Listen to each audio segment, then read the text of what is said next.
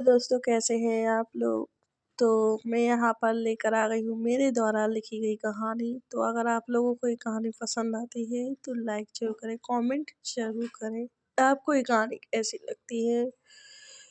ये कहानी mafia the lover की है। तो चलिए कहानी शुरू करते हैं। कमेंट करके मुझे ज़रूर बताना। रॉकी ने भी अब अपने हॉट वाली के होठों पर चिपका दिए थे। ये देखकर वाली शॉक्ड ही रह गई और साथ में उसके दिल के अरमान अब और मचल गए। वो रॉकी के करीब और होती चली जा रही थी। उसने रॉकी के बालों में अपने हाथ फंसा, उन्हें कभी पकड़ती तो कभी उन्हें सहलाती। कुछ देर ऐसे ही दोनों की किस जोरदार चल रही थी, लेकिन अचानक से रॉकी को याद आया कि वो बाहर रोड पर है। रॉकी खुद को कंट्रोल करते हुए कहता है, अब तुम जाओ यहाँ से, बहुत रात हो चुकी है। लेकिन माही कहती है, लेकिन मैं तुम्हारे पास रुक जाती हूँ। घर पर तो सब सो ही रहे होंगे ना, तुम अभी तो मेरे करीब आए हो और अभी मुझे दूर होने का बोल रहे हो। रॉकी कहता है, बात समझने की कोशिश करो तुम। ये बात घर में किसी को पता चल गई तो सामत आ जाएगी। तुम्हारा तो कुछ नहीं बिगड़ेगा, लेकिन मेरा जरूर हाल खराब कर देंगे। तुम्हारे दोनों भाई नहीं करेंगे, क्योंकि मैंने वीर भाई से बात कर ली है। वो तो राजी है हमारी शादी के लिए, लेकिन अब आकाश भाई को ही मनाना बाकी है। रॉकी एकदम से, क्या तुमने बात करी, वो भी वीर सर से? अब तो वो पक्का मुझे मार डालेंगे। क्या किया तुमने? अच्छा नहीं किया, लेकिन माही कहती है, रिलैक्स मेरे बिना लगाम के घोड़े, चिल। जब पिया और वीर भाई की शादी हुई थी तो मैंने उन्हें सब कुछ बता दिया था। आखिर उन्होंने भी तो प्यार किया है। वो अच्छे से जानते हैं प्यार क्या होता है, प्यार की तड़प क्या होती है। वो समझे मेरी बात को और मानी भी। वही बात रही आक्स भाई की, तो उन्हें भी मैं मना लूंगी। मेरा मतलब वीर भाई, उन्होंने मुझसे वादा किया है, वो मना लेंगे अक्स भाई को। रॉकी कहता है, तुम सच कह रही हो? हाँ मेरी जान, सच, एकदम सच। वही अक्स शिव को तंग करने में लगा हुआ था। अक्स कह रहा है शिव से, चलो हम कहीं घूमने चलते हैं, मुझे भूख लगी है, तुम भी खाना खा लेना। लेकिन शिव जाने को रेडी नहीं हो रहा। उसे जरूरी काम से बाहर जाना है, लेकिन अक्स अपनी जिद पर अड़ चुका था। शिव कहता है, आपको खाना है तो आप जाइए ना, मुझे क्यों परेशान कर रहे? लेकिन अक्स कहता है, तुम ही चलोगी, आखिर बॉडीगार्ड हो मेरे। पैसे किस बात के ले रही हो मुझसे? वही शिव, इसका गार्ड क्या बन गया, नौकर समझ के रखा है। जी तो करता है इसको रेलवे फाटक का कर्मचारी बना दूं। दिन भर झंडा फैलाता रहेगा, फ्री रहता है, मेरा दिमाग खाता रहता है। अब ये तो मानने से नहीं रहा, अब क्या कर सकते हैं? शिव कहता है, चलिए। वही अक्स कहता है, इतना आसान इतना एहसान किस बात का झड़ रहा है? वासु, ज्यादा मत बता। एक घूमटी गुट्टी दूंगा ना तेरे मुंह से, सारे दाल बाहर आ जाएंगे तुम्हारे। तमीज से बात करो मुझसे सर। मैंने कुछ बोला नहीं। आप क्या बोले जा रहे हैं? किस बात का गुस्सा उतार रहे हैं? आपको भूख लगी है तो मैं कह रहा हूँ ना, चलो। लेकिन आप हैं कि मेरे मूड पर चढ़े जा रहे हैं। मैं भी फालतू बात नहीं सुनूंगा आपकी। शिव अपना गुस्सा दिखाते हुए कहता है, अच्छा। अक्स कहता है, हो जाए दो हाथ। लेकिन शिव कहता है, मुझे आपसे कोई फालतू की लड़ाई नहीं करना। जाकर पहले खाना खाइए, उसके बाद देखते हैं। अक्स कहता है, ओके, चलो तो फिर। पास में ही एक रेस्टोरेंट था। तभी रेस्टोरेंट बहुत ही खूबसूरत था। बड़ा सा कांच का डाइनिंग टेबल, जिसके पीछे की दीवार कांच की थी, जहाँ से घने पेड़ और झरना दिख रहा था। रात थी तो चमकते सितारे भी दिख रहे थे। एक पल के लिए तो शिव वहां की खूबसूरती देखकर खो सा गया था।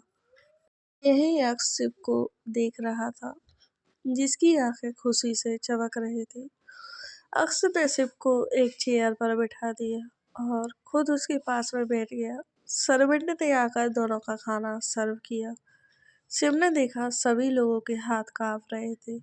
सबके अंदर अक्स का बहुत खौफ है, क्योंकि वहाँ के सर्वेंट अच्छे से जानते थे अक्स को।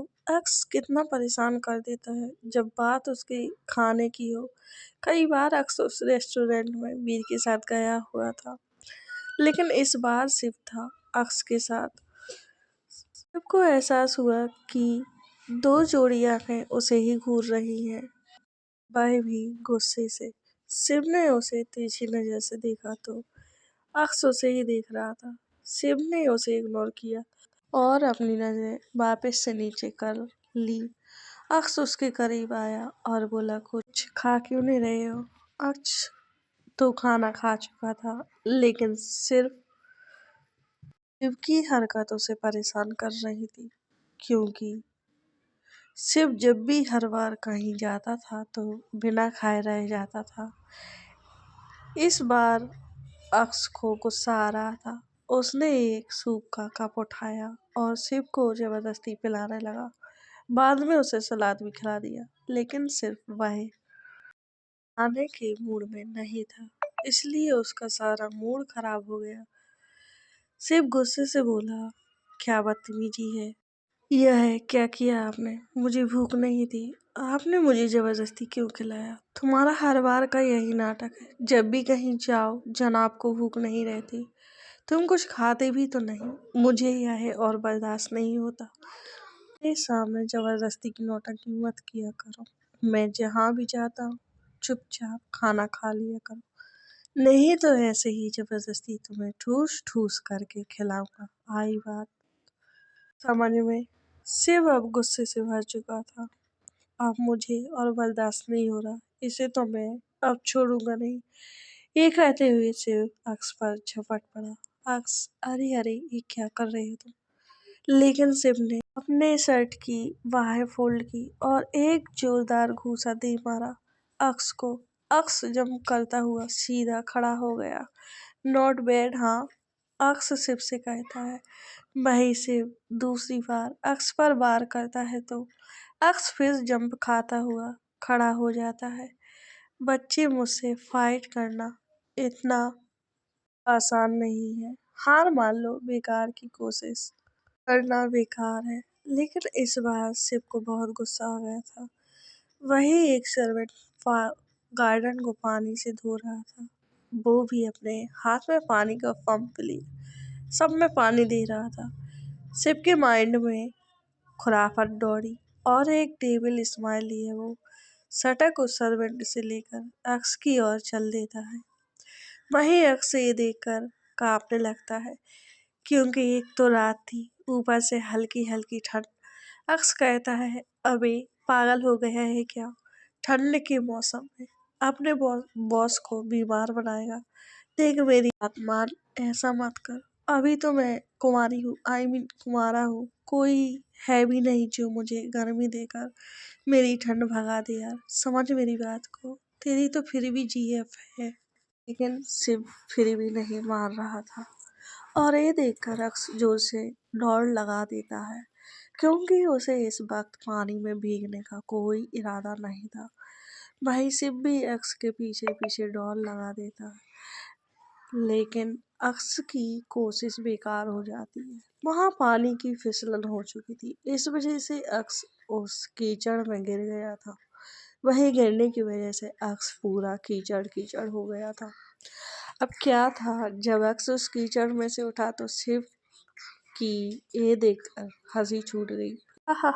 अक्स को इस वक्त शिव पर बहुत गुस्सा आ रहा था, लेकिन वो कर भी क्या सकता था। शिव अक्स की तरफ जाता हुआ, OMG बॉस, आप तो पूरे कीचड़ में लिपट चुके हैं। अब अच्छा लग रहा होगा। दूसरों के साथ व्यवहार सोच समझ के करना चाहिए। अब कैसा लगा आपको? और शिव उसके पास जाकर उसे पानी में धोने के लिए जा ही रहा था कि उसका एक पैर स्लिप हो जाता है और वो मुंह के बल गिर जाता है। ये देखकर अक्स की हंसी शिव को देखकर छूट रही थी, लेकिन शिव को डर लग रहा था कहीं इस पानी में उसकी स्किन ना निकल जाए और उसकी सच्चाई अक्स के सामने आ जाए। लेकिन कभी ना कभी तो उसे शिव की सच्चाई पता चलती ही। वही कुछ सर्वेंट आकर शिव और अक्स के ऊपर पानी डाल देते हैं और दोनों को उस कीचड़ में से निकाल अच्छे से पानी से साफ कर देते हैं। लेकिन शिव हड़बड़ाहट में भाग वहां से भाग जाता है।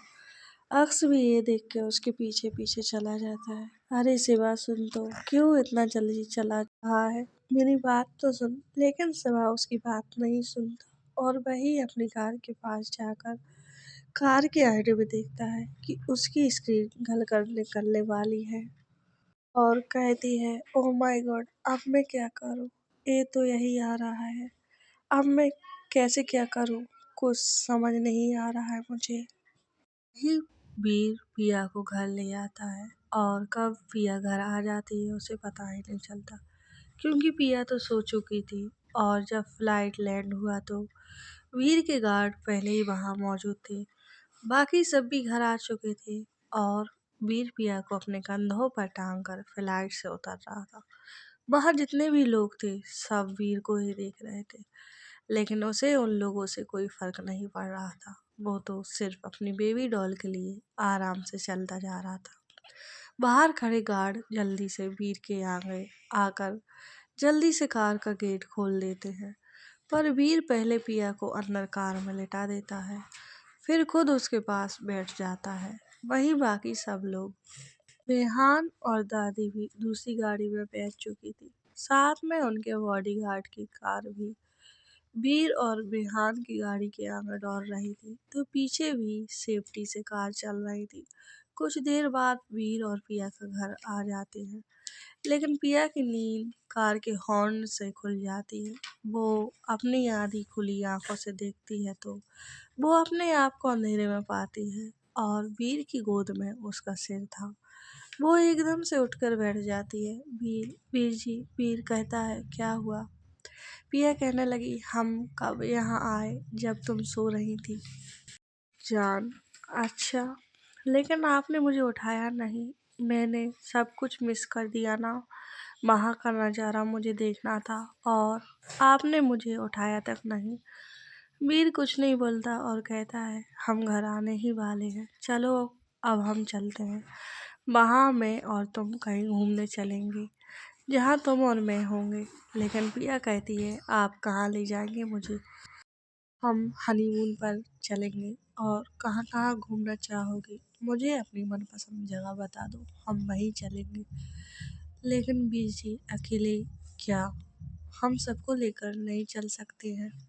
केरल को कुदरत में बड़ी खूबसूरती से संवारा है, इसलिए हनीमून के लिए केवल सबसे अच्छी जगह ऊंचे ऊंचे पहाड़, शानदार समुद्री किनारे, नारियल और खजूर के पेड़ की झुरमुट के बीच में से नाम पर सवाल चारों ओर हरियाली और बेहद खूबसूरत। केरल की खूबसूरती की असली पहचान है प्यार भरे दिलों की धड़कन बढ़ा रहा है। स्वाभाविक है, अगर समुद्री किनारों से खास लगाव तो यहाँ मौजूद जावरा बीको, बलाम बीच, मरुदेश्वर बीच, बेकाल बीच, बकरेला बीच और सांग मुगम आपके लिए सही रहेंगे। अगर आप किसी हिल स्टेशन का मजा लेना चाहते हैं तो केरल में मुन्ना फेरी में इडुक्की लकड़ी देवीकुलम जैसे खूबसूरत पहाड़ी इलाकों में से आप किसी का भी चुनाव कर सकते हैं। खासकर मुन्ना तो देसी नहीं विदेशी सैलानियों के बीच भी काफ़ी मशहूर है। माउंट आबू, जैसे कश्मीर को धरती का स्वर्ग कहते हैं, वैसे ही माउंट आबू को राजस्थान का स्वर्ग कहा जाता है। नीलगिरी की पहाड़ियों पर बसे माउंट आबू की भौगोलिक स्थिति, वातावरण और प्राकृतिक सुंदरता राजस्थान के अन्य शहरों से एकदम अलग और मनोरम है। यहाँ की नक्की झील एक बेहतरीन पर्यटन स्थल है। यहाँ नक्की का मतलब है नख यानी नाखून। दरअसल इस झील के बारे में मान्यता है कि एक हिंदू देवता ने अपने नाखूनों से खोदकर एक झील बनाई थी, इसलिए इसे नक्की नाम से जाना जाता है। नक्की झील के चारों ओर हरियाली और पहाड़ियों का खूबसूरत नज़ारा देखते ही बनता है। इसी झील के दक्षिण पश्चिम भाग में स्थित सनसेट पॉइंट से डूबते हुए सूरज का बेहद आकर्षक नज़ारा मन को मोह लेता है। सूर्यास्त के समय आसमान के बदलते रंगों की छटा बेहद निराली और खूबसूरत नजर आती है। साथ ही यहाँ से दूर तक फैले हरे भरे मैदानों के दृश्य आंखों को बेहद सुकून देते हैं। डॉल डॉल तुम बहुत कुछ जानती हो, कैसे? मुझे तो यकीन नहीं हो रहा है, तुम इतनी जानकारी कैसे? पिया कहती है, बीजी जब हम स्टडी कर रहे थे बहुत सी चीज़ों को स्टडी में जोड़ना पड़ता है, तो मैंने भी बहुत कुछ सीख लिया है। आज के इंटरनेट का ज़माना है, मैंने आधी स्टडी तो इसी से की है।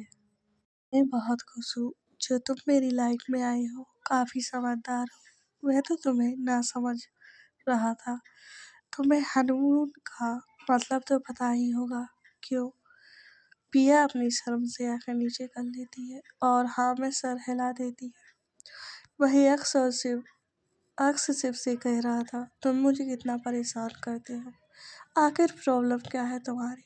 वही अक्स शिव के कंधे पर हाथ रखकर कहता है, क्या हुआ, तुम ठीक तो हो ना? लेकिन शिव कहती है, नहीं मैं ठीक नहीं हूँ। हुआ क्या है तुम्हें, बोलो, मैं तुम्हारी हेल्प करूँगा। शिव को अपनी तरफ कर उसे देखता है तो उसकी आंखें फटी की फटी रह जाती है। एक्स कहता है, क्या हो रहा है, तुम्हारी स्किन ऐसी क्यों कर रही है, क्या हुआ है तुम्हें? चलो हम डॉक्टर के पास चलते हैं। लेकिन शिव कहती है, मैं कहीं नहीं जा सकती, मुझे घर जाना है, मुझे घर ले चलो। वही अक्स शिव के मुंह से अपने लिए जा सकती मतलब तुम? अक्स से कहता हुआ शिव का चेहरा ऊपर करता है जिसकी बालों से इसकील निकल रही थी। अक्स को अब शक हो रहा था, ये आखिर शिव चीज क्या है? शिव को कार में बैठा कहता है, चलो। उसे कुछ शक हुआ तो था, इसलिए वो शिव को उसके घर ना ले जाकर अपने घर ले जा रहा था। वही रॉकी माही से कहता है, तुम आप घर जाओ, इस बारे में हम आप सबके साथ में बैठकर बात करेंगे, ठीक है? जब तक हमारी शादी नहीं हो जाती है, ये से हमारा मिलना ठीक नहीं है, तुम जाओ। माही कहती है, ठीक है, मैं तुम्हारा कल इंतजार करूँ।